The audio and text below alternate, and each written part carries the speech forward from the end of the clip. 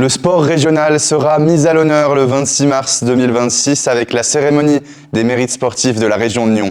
Cette année encore, le jury a effectué une sélection de 15 nominés. Parmi eux figurent des noms qui ont brillé en 2025 dans des sports aussi variés que le cyclisme, la natation ou encore le lancer de javelot. Du côté des hommes, dans la catégorie sportive de l'année, les 3 nominés sont Paul McIntyre, Kevin Boscardin et Franck Di Sanza. Bonjour, je m'appelle Kevin Boscardin et je fais du vélo de compétition route et gravel. Kevin Boscardin s'est illustré en 2025 en marquant les esprits en remportant la Groine Guaché, une épreuve extrême disputée aux îles Canaries. 640 km, 14 000 mètres de dénivelé positif, bouclé en un jour, 11 heures et 23 minutes. Une performance hors norme qui lui vaut la nomination du sportif de l'année. On continue en athlétisme avec Franck Di Sanza.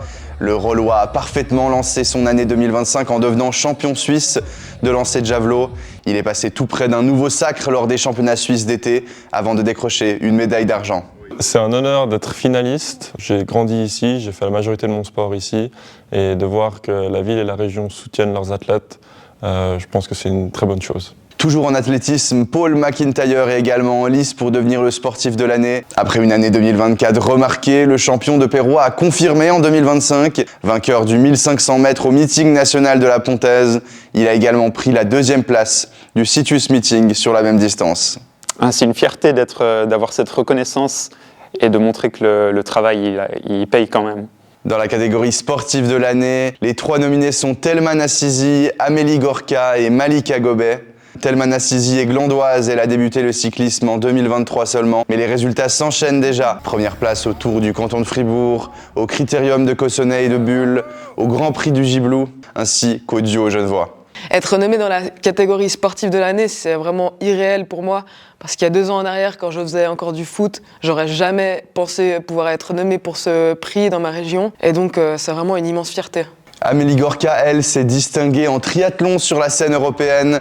À Malte, en Croatie, en Pologne ou en Autriche, la Givrinoise de 19 ans a régulièrement décroché des top 20 en Coupe d'Europe des moins de 20 ans. En National League, elle s'est également classée 2e à Val-Iselen. Pour moi, c'est une récompense vis-à-vis de tout le travail que j'ai fait à l'entraînement. De plus, c'est une reconnaissance pour mon sport et j'espère que ça va pouvoir inspirer de jeunes talents de notre région à commencer ce sport magique. Et enfin, Malika Gobet, la nageuse de cran, a été sacrée 2 fois championne suisse en 2025. Sur 50 mètres d'eau en été, puis sur 50 mètres papillon en petit bassin à l'automne.